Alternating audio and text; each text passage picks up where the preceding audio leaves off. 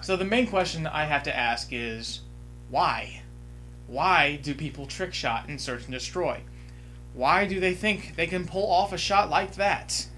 What makes them think they can become famous because of that one shot? That one lucky shot, I might add. You've got people on your team playing search and destroy.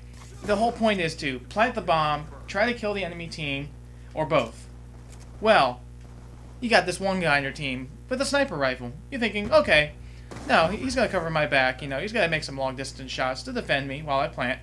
Nah, that's not his goal. He's just going to keep jumping off the roof the whole time and spinning around just to make that one shot.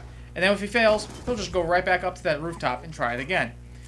It's so annoying to see this, because it's also pretty funny because they become the easiest targets possible. All they do is spin around and try to make that one shot, which you'll know they will miss.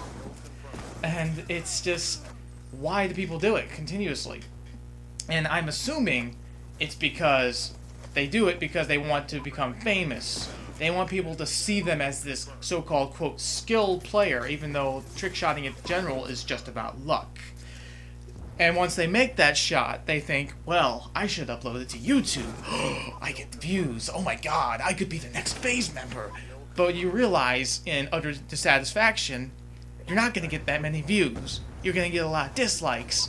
People are going to put in the comment section with things like, oh, you're a trick shotter, I hate people like you, you're a plague in this game. That's personally what I would say. So on and so forth. So, what is the continuing driving factor to make a kid, teenager, or adult continue the quickscope or trick shot and search and destroy? What is the main point they keep trying to do it? I guess it's because they haven't heard the word yet that you can't be famous by uploading one simple clip of you making a 360 quickscope trick shot, whatever the hell you call it.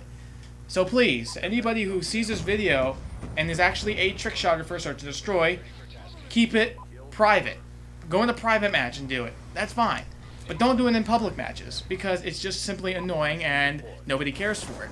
With that being said, let's get on to the next topic, which is about people assuming that the PS4 version of Call of Duty Ghosts will in fact receive dedicated server support, just like the Xbox One. The reason why people are assuming this is because of the fact that they discovered dedicated servers for the PS3 version with this little program. They found out there's some servers located in New Jersey.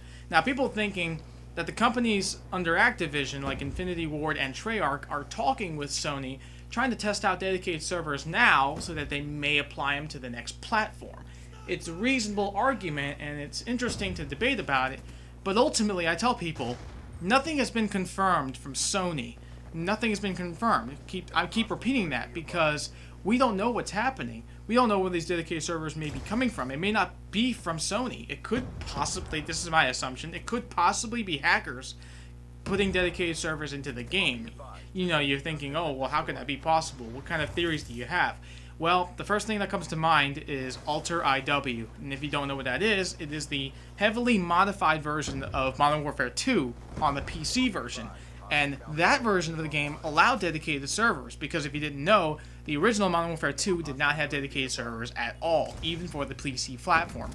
And with that being said, this led me to believe, no offense to PS3 users, that hackers are more able to put the dedicated servers on that platform simply because of the whole shutdown of the PlayStation Network from a couple of years ago.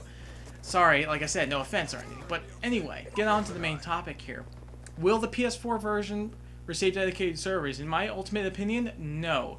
That's just my assumption. Unless Sony comes out of nowhere and throws us a curveball at the last minute saying, oh yeah, we spent this much money on blah blah blah servers here too. We are getting dedicated servers too. Yay! In that case, everyone's happy, and I agree with it. I'm whatever. The company's doing a good decision, and I agree with it. But like I said, what's Sony waiting on? Microsoft already revealed their plans. They already spent their money. They already confirmed dedicated server support for Xbox One.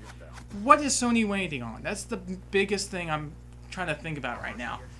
I know one thing that's going to pop through people's minds is, oh, well, we know it's the company supplying dedicated servers, and they make billions from Call of Duty. Why don't they just apply it to the consoles now? Well, the reason for that being is because it's too much money. Especially, it's more money based on how much the population is for the consoles, and the consoles have a lot of population on it, which will make dedicated servers more expensive, too expensive, in fact. Another reason is because Activision spends money on making games too. Have you ever considered that?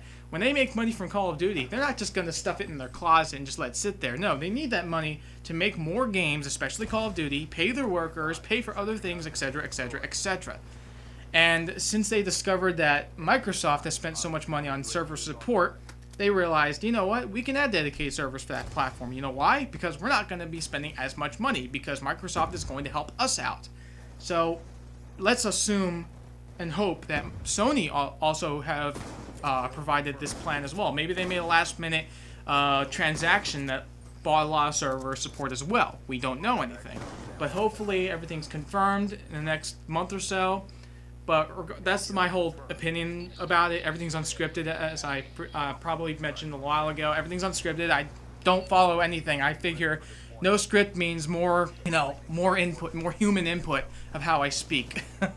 To you especially. So if you managed to get to the end of this video, I applaud your patience and dedication about my opinion. Feel free to go to the comment section below and discuss this whole debate, what you think of it. Do you disagree with me? Do you agree with me? Whatnot, so on and so on.